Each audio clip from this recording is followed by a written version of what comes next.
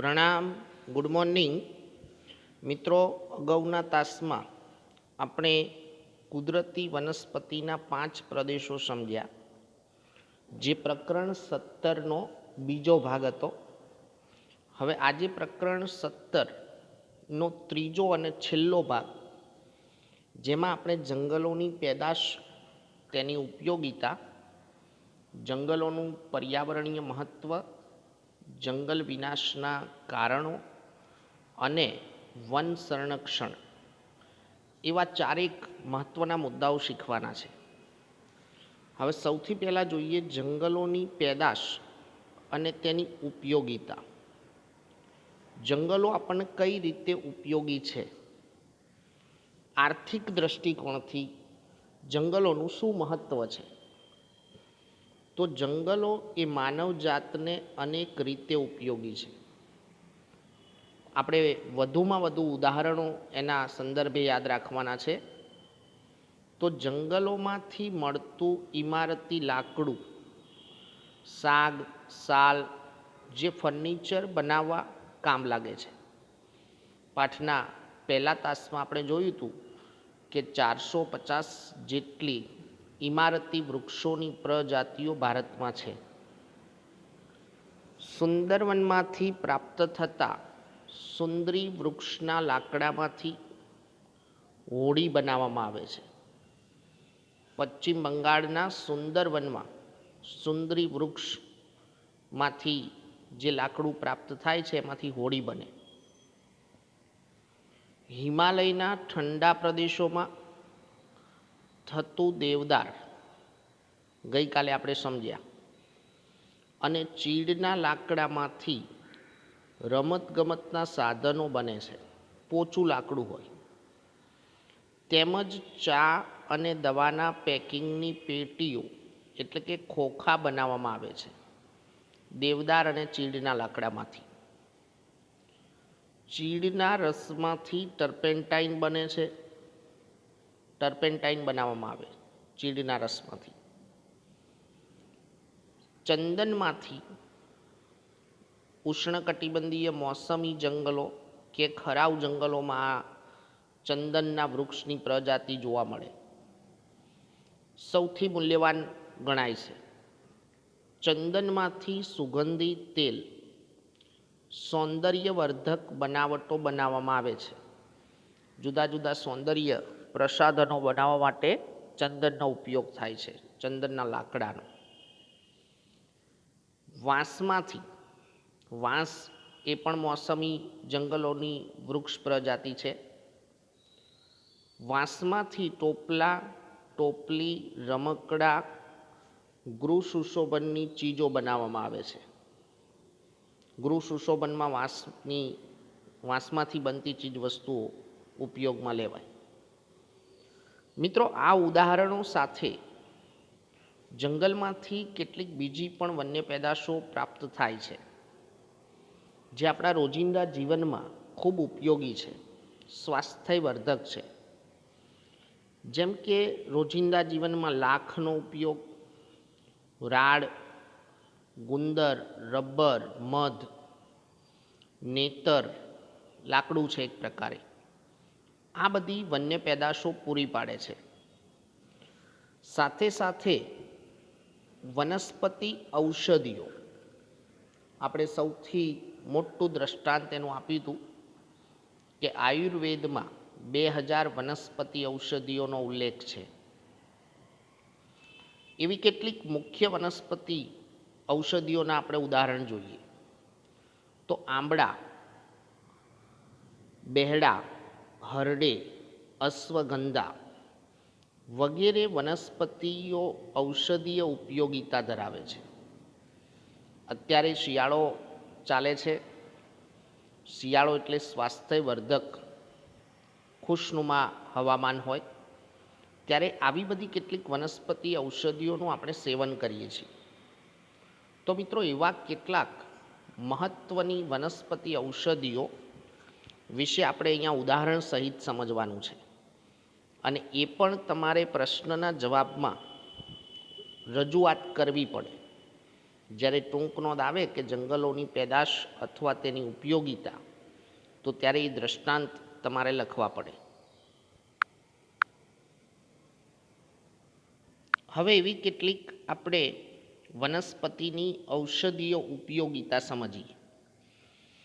તો એમાં પહેલું છે સર્પગંધા, જે લોહીના ઊંચા દબાણના રોગની સારવાર માટે ઉપયોગી છે. આ વનસ્પતિ જે ભારત સિવાય વિશ્વના બીજા કોઈ દેશો પાસે નથી. લીમડો જાણીએ છીએ આપણે કે લીમડો એ પણ એક વનસ્પતિ ઔષધિ તરીકે ઉપયોગ થાય છે. જીવાણુ પ્રતિરોધક તરીકે, ચામડીના કેટલાક રોગો એને નિયંત્રણમાં લેવા માટે લીમડાનો ઉપયોગ થાય. તુલસી જે બેસ્ટ મેડિસિન કહેવાય છે. શરદી, ઉધરસ કે તાવ માટે તુલસીનું સેવન કરવામાં આવે. અર્જુન સાદડ હૃદય રોગની સારવાર માટે. આમાંની કેટલીક વનસ્પતિ ઔષધિઓ એવી છે કે જે બહુ જ અલ્પ માત્રામાં આપણને વિશિષ્ટ ભૌગોલિક પ્રદેશોમાંથી જ પ્રાપ્ત થાય છે. બીલી વાત અને કફ દોષો માટે બીલીનો ઉપયોગ થાય છે. તો આ રીતે આપણે ઉદાહરણો ધ્યાનમાં લઈશું.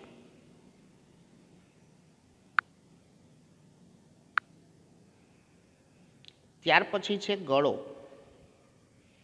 તો ગળો જે મધુપ્રમેહ, તાવ અને સાંધાના દુખાવા માટે, મધુપ્રમેહ, તાવ અને સાંધાના દુખાવા માટે ગળાનો ઉપયોગ થાય. કડવી વનસ્પતિના લાકડા છે. મધુપ્રમેહ એટલે ડાયાબિટીસ. હરડે જે કબજિયાત અને વાળ અંગેના રોગો. આમળા વાયુ અને પિત્તને દૂર કરે છે અને પાચક શક્તિ વધારે છે. અત્યારે આમળા પુષ્કળ પ્રમાણમાં આપણે આપણા ખોરાક તરીકે લઈએ છીએ. કરંજ વનસ્પતિનું લાકડું છે. ચામડીના, દાંત અને પેઢાના રોગો, એના માટે કરંજના લાકડાનો ઉપયોગ થાય છે.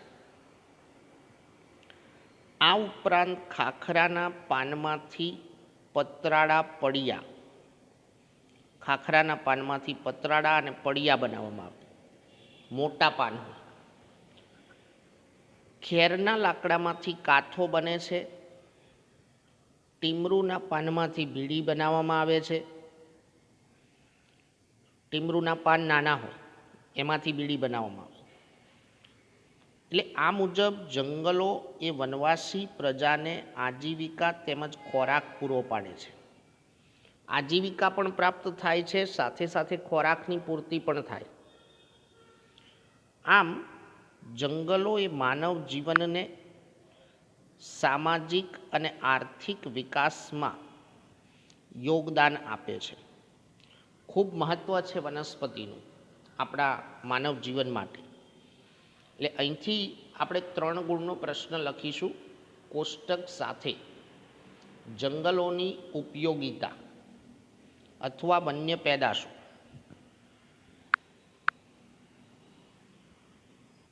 હવે ત્યાર પછી સૌથી સરળ અને બેઝિક પ્રશ્ન જે તમે પ્રાઇમરીના ધોરણોથી સમજતા આવ્યા છો, જંગલોનું પર્યાવરણીય મહત્ત્વ. પર્યાવરણની રીતે જંગલોનું શું મહત્ત્વ છે? તો જંગલો વરસાદ લાવવામાં ઉપયોગી છે. વનસ્પતિ વધુ હોય તો વરસાદ વધુ આવે. આપણે જાણીએ છીએ કે વધુ વૃક્ષો વાવો, વરસાદ લાવો. જંગલો એ વાતાવરણને વિષમ બનતું અટકાવે છે. વાતાવરણને વિષમ બનતું કેવી રીતે અટકાવે? તો O2 અને CO2 એનું બેલેન્સ જાળવી રાખે છે. ઓક્સિજન અને કાર્બન ડાયોક્સાઇડ એનું બેલેન્સ જાળવે છે. પ્રાણદાયી વાયુ ઓક્સિજન પૂરો પાડે છે જંગલો. સાથે સાથે જંગલો એ પૂર નિયંત્રણ કરે છે. પૂરને અંકુશમાં રાખવા માટે સૌથી વધારે ઉપયોગી છે વનસ્પતિ. કાર્બન ડાયોક્સાઇડ જેવા હાનિકારક વાયુઓનું શોષણ કરે છે. કાર્બન ડાયોક્સાઇડ જેવા હાનિકારક વાયુઓને શોષી લે. જંગલો એ જમીન ધોવાણ અટકાવે છે. જેટલી વનસ્પતિ વધુ હોય તો એટલું વનસ્પતિ જમીનના માટી કણોને જકડી રાખે છે. સાથે સાથે જંગલો એ ભૂમિગત જળને પણ જાળવી રાખે છે, કેમ કે ભેજ સંગ્રહ કરે છે વનસ્પતિ પૃથ્વીના પેટાળમાં. જંગલો એ રણને આગળ વધતું અટકાવે છે, રણ વિસ્તારને નિયંત્રણમાં રાખે. આ પ્રમાણે હવા પ્રદૂષણ ઘટાડવામાં જંગલો ઉપયોગી છે. જેટલી વનસ્પતિ વધુ હોય એટલું પ્રદૂષણ ઓછું થાય, હવા પ્રદૂષણ ઘટે. સાથે સાથે જંગલો એ કુદરતી સૌંદર્યમાં વધારો કરે છે. અનુપમ કુદરતી સૌંદર્ય છે. આપણે જાણીએ છીએ કે માનવીને કુદરતી સૌંદર્યનું આકર્ષણ જરૂર છે, પણ એ કુદરતી સૌંદર્યને આપણે સાચવતા નથી. જંગલો એ હવાને શુદ્ધ કરે છે, સાથે વન્ય જીવ સૃષ્ટિને કુદરતી આશ્રય સ્થળો પણ પૂરા પાડે છે. વન્યજીવો પ્રકરણ 18માં આપણે શીખવાના છીએ એ પ્રમાણે વન્યજીવોને વિશેષ અનુકૂળતા ક્યાં હોય તો જંગલ વિસ્તારમાં. જંગલો એ સાહસિક પ્રવાસન પ્રવૃત્તિ માટેના આદર્શ ક્ષેત્રો છે. જ્યાં જંગલ વિસ્તાર હોય તો ત્યાં સાહસિક પ્રવાસન પ્રવૃત્તિઓને પ્રોત્સાહન મળે. જ્યાં વધારે જંગલ વિસ્તાર હોય, જ્યાં માનવ વસવાટ ઓછા હોય ત્યાં રાષ્ટ્રીય ઉદ્યાનો, અભયારણ્યો તથા જૈવ વિવિધતાના સંદર્ભે આવા કેટલાક જંગલો આરક્ષિત કરવામાં આવે છે, જ્યાં કોઈ માનવીય પ્રવૃત્તિઓની દરમિયાનગીરી ઊભી ન થાય એ માટે. એટલે જ્યારે પ્રશ્નનું ટાઇટલ એવું હોય કે જંગલોનું પર્યાવરણીય મહત્ત્વ સમજાવો, તો ત્યારે આપણે આ મુદ્દાઓ બેઝિક સમજી અને લખવાના થાય છે. હવે જોઈએ જંગલ સંરક્ષણ. વનસ્પતિ જીવન, પ્રાણી જીવન અને માનવ જીવન એ બધા વચ્ચેના આંતર સંબંધોથી પારિસ્થિતિકી તંત્રનું સર્જન થાય. આ બધા વચ્ચે આંતર સંબંધ છે, એમાંથી એક ચોક્કસ કુદરતી પરિસ્થિતિનું નિર્માણ થાય. પરંતુ માનવી એ પર્યાવરણ વિરોધી પ્રવૃત્તિ અને માનસિકતા, પર્યાવરણ વિરોધી માનસિકતા છે, તથા સ્વાર્થ વૃત્તિના કારણે પારિસ્થિતિકી તંત્રમાં ખલેલ પહોંચી છે. પર્યાવરણીય સમતુલા ખોરવાઈ જાય છે. તો એ માટે જંગલ વિનાશ જવાબદાર છે. તો જંગલ વિનાશ માટે કયા કારણો જવાબદાર છે એ આપણે સમજીએ. જેમ કે જમીન મેળવવાની ભૂખ, કોઈના કોઈ પ્રવૃત્તિથી જમીન મેળવવાની ભૂખ સૌથી વધારે જવાબદાર છે. આ ઉપરાંત વસ્તી વધારો એક મુખ્ય કારણ છે. ઉદ્યોગોને રહેણાંકી વિસ્તારોથી દૂર લઈ જવાની નીતિ, ઉદ્યોગોને શહેરી વિસ્તારો કે રહેણાંક વિસ્તારોથી દૂર લઈ જવા. શહેરીકરણ, શહેરોના કદ વધ્યા છે. બહુહેતુક યોજનાઓ, મોટી સિંચાઈ યોજનાઓ, સડકોનું નિર્માણ કાર્ય, ઇમારતી અને બળતણ માટેનું લાકડું મેળવવા વૃક્ષોનું છેદન કરવામાં આવે. તો ક્યારેક પહાડી વિસ્તારોમાં, પર્વતીય ઢોળાવોમાં ઝૂમ ખેતી, માટે પણ વનસ્પતિનું છેદન થાય છે. દાવાનળ, આ બધા કારણોથી જંગલોનો વિનાશ થઈ રહ્યો છે. મિત્રો, 2 ગુણનો પ્રશ્ન આવે કે જંગલ વિનાશ માટેના કારણો જણાવો, તો એ વખતે આપણે આ મુદ્દાઓ એમાં રજૂ કરવાના થાય છે. જંગલોનો વિનાશ થવાથી પર્યાવરણની સમતુલા ખોરવાય છે. પારિસ્થિતિકી તંત્રની મૂળ અવસ્થા ખોરવાઈ જાય. જંગલોનો વિનાશ થવાથી પર્યાવરણને ઘણી વિપરીત અસરો ઊભી થઈ છે. ધોરણ 8માં આપણે એક આખું વિસ્તૃત ચેપ્ટર સમજ્યા હતા, ગ્લોબલ વોર્મિંગ, ગ્રીનહાઉસ ઇફેક્ટ. એ પર્યાવરણને થયેલી વિપરીત અસરો છે, જેમાં વરસાદનું પ્રમાણ ઘટવું, દુષ્કાળ, ગ્લોબલ વોર્મિંગ, વૈશ્વિક તાપ વૃદ્ધિ, ગ્રીનહાઉસ ઇફેક્ટ, હરિતગૃહ પ્રભાવ, રણીકરણ, રણ વિસ્તારો વધ્યા છે. આ સાથે વન્યજીવો પણ નિરાશ્રિત થવા લાગ્યા છે. આ બધી જ બાબતો એ જંગલ વિનાશ માટે જવાબદાર છે. જંગલ વિનાશની અસરો છે આ.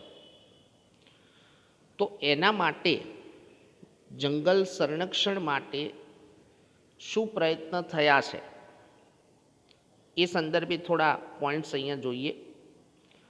તો 1952ની રાષ્ટ્રીય નીતિ પ્રમાણે આઝાદી પછીની પહેલી રાષ્ટ્રીય વન નીતિ, તે મુજબ 33% ભૌગોલિક વિસ્તારમાં જંગલો હોવા જોઈએ. 33% ભૌગોલિક વિસ્તાર, ત્રીજા ભાગમાં જંગલ હોવા જોઈએ. ભારતમાં આશરે 23% વિસ્તારમાં જંગલો આવેલા છે, જે ઘણું જ ઓછું પ્રમાણ ગણાય. જ્યારે ગુજરાતમાં જંગલોનું પ્રમાણ લગભગ 10% જ છે. 10% એટલે બિલકુલ નહિવત પ્રમાણ છે. આમ જંગલ વિનાશને અટકાવવો એ આવશ્યક છે. જંગલ વિનાશને નિયંત્રણમાં લેવું જરૂરી છે. તે માટે વન સંરક્ષણ અને વન સંવર્ધન કરવું જરૂરી છે. વૃક્ષોનું છેદન થતું અટકાવવું જરૂરી છે. કોષ્ટકમાં કેટલીક વિગત જાણવા જેવી છે. ગુજરાતમાં IUCN, international union for conservation of nature, એના રેડ ડેટા બુકમાં, રેડ ડેટા બુક એટલે એણે જે યાદી તૈયાર કરી છે, એલર્ટ, કઈ વનસ્પતિ પ્રજાતિઓમાં ઘટાડો થાય છે એ યાદી. તો એમાં ગુજરાતના સફેદ ખાખરો, ગુગળ, નીલ સોટી, સીસમ, આમળી, અટક, હરડે જેવી વનસ્પતિને ભય હેઠળની કક્ષામાં મૂકવામાં આવી છે. મતલબ કે ભવિષ્યમાં આ બધી વૃક્ષ પ્રજાતિઓ ઘટવાનું પૂર્ણ જોખમ છે. એની સંખ્યા ઘટવાનું વધારે જોખમ છે. હવે જોઈએ વન સંરક્ષણ. જંગલોના જતન માટેના ઉપાયો એટલે કે વન સંરક્ષણ. સ્વતંત્રતા પછી જંગલ સંરક્ષણ કે વન સંરક્ષણ માટે શું ઉપાય થયા છે? જંગલોનું જતન અને સંવર્ધન કરવાના હેતુથી ભારત સરકારે 1952માં રાષ્ટ્રીય વન નીતિ અમલમાં મૂકી. ઉપર આપણે કહ્યું એ પ્રમાણે પહેલી રાષ્ટ્રીય વન નીતિ 1952. 1980માં સંસદે વન સંરક્ષણ અધિનિયમ પસાર કર્યો. 1980. 1988માં નવી રાષ્ટ્રીય વન નીતિ જાહેર કરવામાં આવી. એટલે આ 3 વર્ષ આપણે ખાસ ધ્યાનમાં રાખવાના હેતુલક્ષી પ્રશ્ન માટે જંગલોના જતન માટે નીચેના ઉપાય હાથ ધરવા જોઈએ. પહેલો મુદ્દો જોઈએ તો જંગલો એ આપણું રાષ્ટ્રીય સંસાધન છે, આપણી રાષ્ટ્રીય સંપત્તિ છે.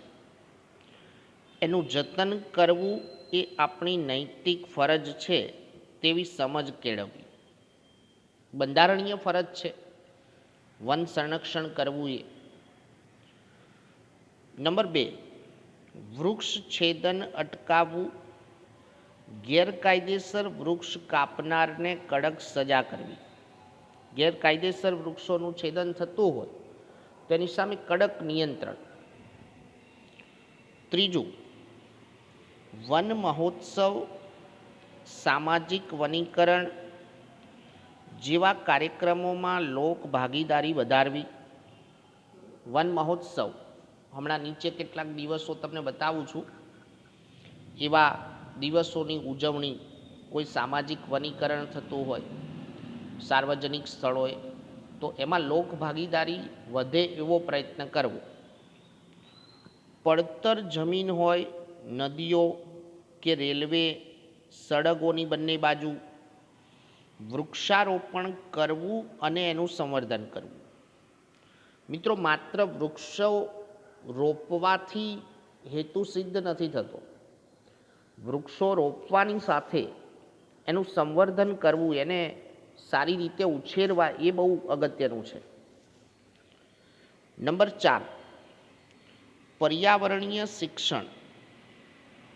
શાળાકીય અભ્યાસક્રમો દ્વારા પર્યાવરણીય જાગૃતિ લાવવી.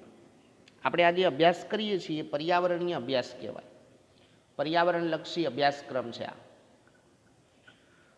પર્યાવરણને લગતા દિવસોની ઉજવણી કરવી, એવા કેટલાક વિશેષ દિવસો ઉજવવા, એટલે વિદ્યાર્થીઓમાં, સમાજના લોકોમાં એ વિશેની જાગૃતતા આવે. એવા કેટલાક દિવસો આપણે અહીંયા સમજીએ. કોષ્ટકમાં જોજો, ક્રમમાં જ આપેલા છે. 21 માર્ચ વિશ્વ વન દિવસ, 22 એપ્રિલ વિશ્વ પૃથ્વી દિવસ, 5 જૂન વિશ્વ પર્યાવરણ દિવસ, જુલાઈ મહિનો વન મહોત્સવ કહેવાય, 16 સપ્ટેમ્બર વિશ્વ ઓઝોન દિવસ. તો મિત્રો, ધોરણ 8માં પણ આમાંના કેટલાક દિવસો વિશે તમને જાણવા મળેલું. અને આ કોષ્ટકના જે દિવસો આપણે જોયા એ એક ગુણમાં કોઈના કોઈ હેતુલક્ષી પ્રશ્નમાં અવશ્ય પૂછાય છે, એટલે બરાબર સમજી અને યાદ રાખવા.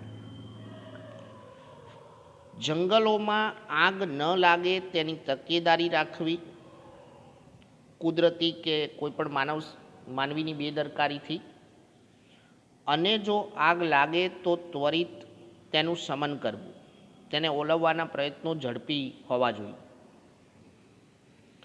નંબર 6, ઉર્જા મેળવવા ઉપયોગમાં લેવાતા લાકડાના સ્થાને સૌર ઉર્જા, બાયો ઉર્જા, પવન ઉર્જા જેવા ઉર્જાના પુનઃપ્રાપ્ય સ્ત્રોતોનો ઉપયોગ કરવો. એટલે વનસ્પતિનું છેદન ઘટી જાય. ગ્રામીણ વિસ્તારોમાં ખાસ બળતણ તરીકે જે વનસ્પતિનું લાકડું વપરાય છે એના બદલે સૌર ઉર્જાનો ઉપયોગ કરવો, બાયોગેસનો ઉપયોગ કરવો કે પછી પવન ઉર્જા. નંબર 7, પ્રચાર પ્રસાર માધ્યમો દ્વારા લોકોને જંગલોનું મહત્ત્વ સમજાવી આ બાબતે લોકજાગૃતિ લાવવી. રેડિયો, ટેલિવિઝન, વર્તમાનપત્રો એ પ્રચાર પ્રસાર માધ્યમોનો ઉપયોગ કરી અને લોકોને એ વિશે સભાન બનાવવા. તો મિત્રો, આ સાથે આપણું પ્રકરણ 17 અહીંયા પૂર્ણ થાય છે. અને આજના તાસમાંથી તમારે હું જે કહું એ પ્રશ્નો નોટબુકમાં લખવાના છે. પહેલો પ્રશ્ન લખવાનો છે જંગલોની ઉપયોગિતા. ત્યાર પછી એક બીજો પ્રશ્ન લખવાનો છે જંગલ વિનાશના કારણ, અને ત્રીજો પ્રશ્ન લખવાનો છે જંગલોના જતન માટેના ઉપાયો. આ 3 પ્રશ્નો લખવાના. બેઝિક જે પ્રશ્ન હતો જંગલોનું પર્યાવરણીય મહત્ત્વ, એ પ્રશ્ન લખવા માટે આપતા નથી. અસ્તુ, પ્રણામ.